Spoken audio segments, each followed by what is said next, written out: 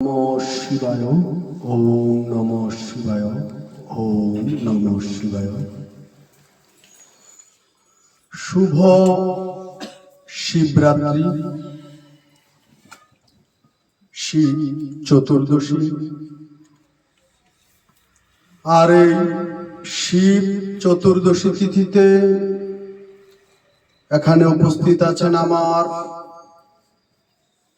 আদিশক্তি মহামায়াতুল্য,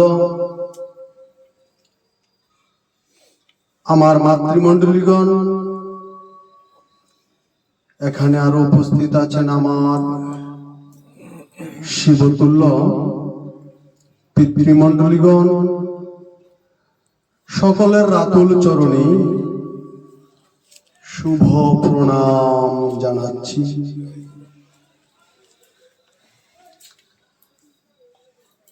আরো প্রণাম জানাচ্ছি যার কথা না বললে না হয়, আমার পরম গুরু শিব কল্পতরু মহন্ত মোহনগিরি আলেক বাবা মহারাজের অভয় চরণী শত সহস্র লক্ষ কোটি শুভ প্রণাম জানাচ্ছি। আজকে আমরা এখানে যে বিশেষ কারণে সমবেত প্রার্থনায় অংশগ্রহণ করেছি, এই বিশেষ প্রার্থনাটা হচ্ছে শিব কল্পতরু মহন্ত মোহনগিরি আলেক বাবা আজকের এই তিথি, আজকের এই শিব চতুর্দশী তিথিতে আমার পরম গুরু আলেক বাবা আবির্ভূত হয়েছে। তাই আজকে আমরা এই সমবেত প্রার্থনায় অংশগ্রহণ করেছি। এখন এই শিব চতুর্দশী কি? শিব চতুর্দশী আমরা কেন পালন করব?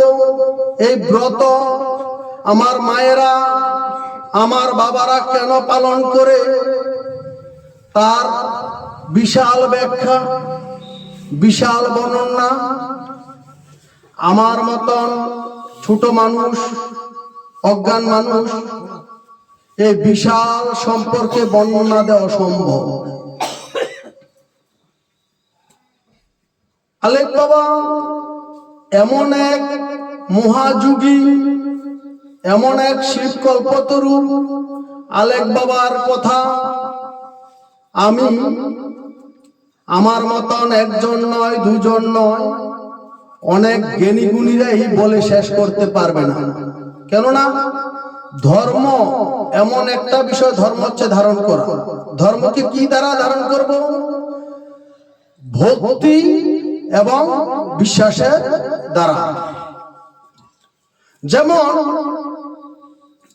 ছোট একখণ্ড পাথর, ছোট একখণ্ড কালো পাথর, এই একখণ্ড পাথর কারোর কাছে ভক্তি এবং বিশ্বাসের দ্বারা, এটা হচ্ছে কি? শিব লিঙ্গ। এই যে কালো একখণ্ড পাথর কারোর কাছে কি? শিব লিঙ্গ। আর কারোর কাছে এটা একটা পাথরের টুকরা, টুকরো, ঠিক না? তো এখন ভক্তিটা হচ্ছে গভীর থেকে গভীরে যারা ডুববে তারা আমার ভগবান শ্রী রামের মতন হতে হবে। যেমন আমার ভগবান রামচন্দ্র যখন তার সহধর্মিণী আমার মা সীতা দেবীকে রাবণ রাজা হরণ করলো, তখন রাবণ রাজা সীতা দেবীকে হরণ করে কোথায় নিয়ে গেল? শ্রীলঙ্কা। লঙ্কার রাজা দশানন রাবণ নিয়ে গেল না লঙ্কাপুরী? তো লঙ্কাপুরী নিয়ে যাওয়ার পরে রাম এবং রাবণের মধ্যে ভুল বোঝাবুঝি শুরু হলো, তারপর যুদ্ধের উপক্রম। তাহলে ওই লঙ্কা আক্রমণ করতে হলে কি করতে হবে? বন্ধন তৈরি করতে হবে, সেতু। ওই রাম, আমার ভগবান শ্রী রামচন্দ্র, এত বড় সেতু নির্মাণ করতে হলে অনেক শ্রমিকের প্রয়োজন, অনেক ভক্তির প্রয়োজন। তখন কি করলো আমার ভগবান রাম? এই এক টুকরো পাথরকে ভক্তি এবং বিশ্বাস সহকারে কার আরাধনা শুরু করলো? শিবের আরাধনা আরম্ভ করলো ভগবান রাম। এই রাম শিবের আরাধনা পূজা করলো, তারপর বানর সেনাদেরকে দিয়ে ভক্তির জুড়ে কি তৈরি করলো? ভারত এবং পাক ভারত মহাদেশ শ্রীলঙ্কা রাম সেতু হচ্ছে না, জলের মধ্যে ভাসমান, কোনো পিলার নেই, কোনো রড নেই, সিমেন্ট নেই, কংক্রিট নেই।